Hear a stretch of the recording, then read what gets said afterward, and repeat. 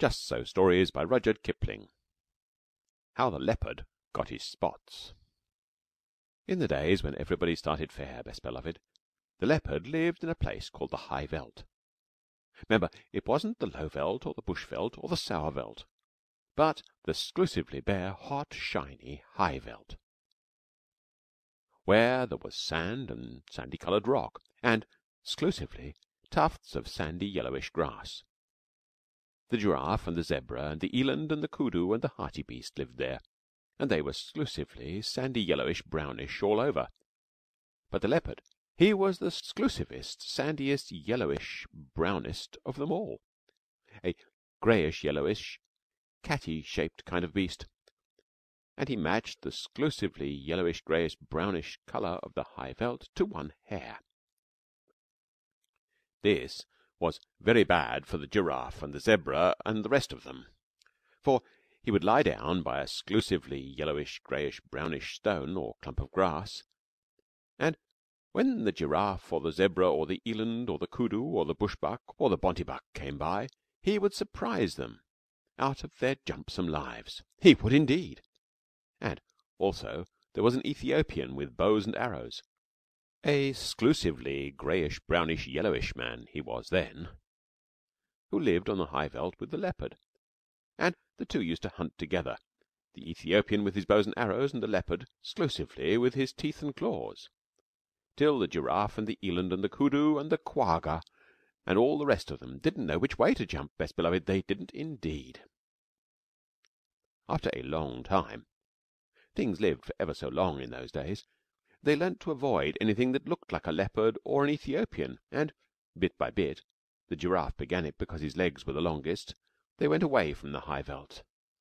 They scuttled for days and days and days, till they came to a great forest, exclusively full of trees and bushes and stripy, speckly, patchy, blatchy shadows, and there they hid, and after another long time, what with standing half in the shade and half out of it, and what with the slithery, slidey shadows of the trees falling on them, the giraffe grew blotchy, and the zebra grew stripy, and the eland and the kudu grew darker, with little wavy grey lines on their backs like bark on a tree trunk. And so, though you could hear them and smell them, you could very seldom see them, and then only when you knew precisely where to look. They had a beautiful time in the exclusively speckly, spickly shadows of the forest, while the leopard and the Ethiopian ran about over the exclusively greyish, yellowish, reddish High Veld outside, wondering where all their breakfasts and their dinners and their teas had gone. At last they were so hungry that they ate rats and beetles and rock rabbits, the leopard and the Ethiopian, and then they had the big tummy ache, both together, and then they met Baviaan, the dog-headed, barking baboon, who is quite the wisest animal in all South Africa. Said leopard to Baviaan, and it was a very hot day, "Where has all the game gone?" And Baviaan winked. He knew. Said the Ethiopian to Baviaan, "Can you tell me the precise habitat of the aboriginal fauna?" That meant just the same thing, but the Ethiopian always used long words. He was a grown-up. And Baviaan winked. He knew. Then said Baviaan, "The game has gone into other spots, and my advice to you, leopard, is to go into other spots as soon as you can." And the Ethiopian said, "That's all very fine, but I wish to know whither the aboriginal fauna has migrated." Then said Baviaan, "The aboriginal fauna has joined the aboriginal flora, because it was high time for a change, and my advice to you, Ethiopian, is to change as soon as you can." That puzzled the leopard and the Ethiopian, but they set off to look for the aboriginal flora, and presently, after ever so many days, they saw a great, high, tall forest, full of tree trunks, all exclusively speckled and sprottled and spottled, dotted and dashed and slashed, and hatched and cross-hatched with shadows. Say that quickly aloud, and you'll see how very shadowy the forest must have been. "What is this," said the leopard, "that is so exclusively dark, and yet so full of little pieces of light?" "I don't know," said the Ethiopian, "but it ought to be the aboriginal flora. I can smell giraffe, and I can hear giraffe, but I can't see giraffe." "That's curious," said the leopard. "I suppose it's because we have just come in out of the sunshine.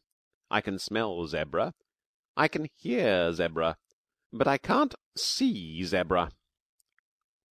"Wait a bit," said the Ethiopian. "It's a long time since we've hunted 'em. Perhaps we've forgotten what they were like." "Fiddle," said the leopard. "I remember them perfectly on the high veldt, especially their marrow bones. Giraffe is about 17 feet high, of a exclusively fulvous golden yellow from head to heel, and zebra is about 4½ feet high, of a exclusively grey fawn colour from head to heel." "Hm," said the Ethiopian, looking into the speckly spickly shadows of the aboriginal flora forest. "Then they ought to show up in this dark place like ripe bananas in a smoke house." But they didn't. The leopard and the Ethiopian hunted all day, and though they could smell them and hear them, they never saw one of them. "For goodness' sake," said Leopard at tea time, "let us wait till it gets dark. This daylight hunting is a perfect scandal." So they waited till dark, and then Leopard heard something breathing sniffily in the starlight that fell all stripy through the branches, and he jumped at the noise, and it smelt like zebra, and it felt like zebra, and when he knocked it down it kicked like zebra, but he couldn't see it. So he said, "Be quiet, oh you person without any form. I'm going to sit on your head till morning, because there is something about you that I don't understand." Presently he heard a grunt and a crash and a scramble, and the Ethiopian called out, "I've caught a thing that I can't see. It smells like giraffe and it kicks like giraffe, but it hasn't any form." "Don't you trust it," said the leopard. "Sit on its head till morning, same as me. They haven't any form, any of 'em." So they sat down on them hard till bright morning time, and then Leopard said, "What have you at your end of the table, brother?" The Ethiopian scratched his head and said, "It ought to be a exclusively rich fulvous orange tawny from head to heel, and it ought to be giraffe, but it is covered all over with chestnut blotches. What have you at your end of the table, brother?" And the leopard scratched his head and said, "It ought to be exclusively a delicate greyish fawn, and it ought to be zebra, but it is covered all over with black and purple stripes. What in the world have you been doing to yourself, zebra? Don't you know that if you were on the high veldt I could see you 10 miles off, and you haven't any form?" "Yes," said the zebra, "but this isn't the high veldt, can't you see?" "I can now," said the leopard, "but I couldn't all yesterday. How is it done?" "Let us up," said the zebra, "and we will show you." They let the zebra and the giraffe get up, and the zebra moved away to some little thorn bushes where the sunlight fell all stripy, and the giraffe moved off to some tallish trees where the shadows fell all blotchy. "Now watch," said the zebra and the giraffe. "This is the way it's done. 1, 2, 3, and where's your breakfast?" Leopard stared, and Ethiopian stared, but all they could see were stripy shadows and blotched shadows in the forest, and never a sign of zebra and giraffe. They had just walked off and hidden themselves in the shadowy forests. "Hi, hi!" said the Ethiopian.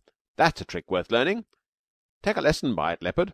You show up in this dark place like a bar of soap in a coal scuttle." "Ho, ho!" said the leopard. "Would it surprise you very much to know that you show up in this dark place like a mustard plaster on a sack of coals?" "Well, calling names won't catch dinner," said the Ethiopian. "The long and the little of it is that we don't match our backgrounds. I'm going to take Bavian's advice. He told me I ought to change, and as I've nothing to change except my skin, I'm going to change that." "What to?" said the leopard, tremendously excited. "To a nice working blackish brownish colour, with a little purple in it and touches of slaty blue. That will be the very thing for hiding in hollows and behind trees." So he changed his skin then and there, and the leopard was more excited than ever. He had never seen a man change his skin before. "But what about me?" he said, when the Ethiopian had worked his last little finger into his fine new black skin. You take Baviane's advice too. He told you to go into spots." "So I did," said the Leopard. "I went into other spots as fast as I could. I went into this spot with you, and a lot of good it has done me." "Oh," said the Ethiopian. "Baviane didn't mean spots in South Africa. He meant spots on your skin." "What's the use of that?" said the Leopard. "Think of giraffe," said the Ethiopian. "Or, if you prefer stripes, think of zebra. They find their spots and stripes give them per feet satisfaction." Said the Leopard. "I wouldn't look like zebra, not for ever so." "Well, make up your mind," said the Ethiopian, "because I'd hate to go hunting without you, but I must if you insist on looking like a sunflower against a tarred fence." "I'll take spots, then," said Leopard, "but don't make 'em too vulgar big. I wouldn't look like giraffe, not for ever so." "I'll make 'em with the tips of my fingers," said the Ethiopian. "There's plenty of black left on my skin still. Stand over." Then the Ethiopian put his 5 fingers close together. There was plenty of black left on his new skin still, and he pressed them all over the Leopard, and wherever the 5 fingers touched they left 5 little black marks, all close together. You can see them on any leopard skin you like, Best Beloved. Sometimes the fingers slipped and the marks got a little blurred, but if you look closely at any leopard now, you will see that there are always 5 spots of 5 fat black finger tips. "Now you're a beauty," said the Ethiopian. "You can lie out on the bare ground and look like a heap of pebbles. You can lie out on the naked rocks and look like a piece of pudding stone. You can lie out on a leafy branch and look like sunshine sifting through the leaves. And you can lie right across the centre of a path and look like nothing in particular. Think of that and purr." "But if I'm all this," said the Leopard, "why didn't you go spotty too?" "Oh, plain black's best for a nigger," said the Ethiopian. "Now come along and we'll see if we can't get even with Mr. 123. Where's your breakfast?" So they went away and lived happily ever afterward, Best Beloved. That is all. Oh, now and then you'll hear grown-ups say, "Can the Ethiopian change his skin, or the leopard his spots?" I don't think even grown-ups would keep on saying such a silly thing if the leopard and the Ethiopian hadn't done it once, do you? But they will never do it again, Best Beloved. They are quite contented as they are. I am the most wise Baviane, saying in the most wise tones, "Let us melt into the landscape, just us two by our lones. People can come in a carriage, calling, but Mummy is there. Yes, I can go if you take me. Nurse says she don't care. Let's go up to the pigsties and sit on the farmyard rails. Let's say things to the bunnies and watch 'em skitter their tails. Let's anything, Daddy, so long as it's you and me, and going truly exploring and not being in till tea. Here's your boots, I've brought 'em, and here's your cap and stick, and here's your pipe and tobacco. Oh, come along out of it quick!" End of How the Leopard Got His Spots.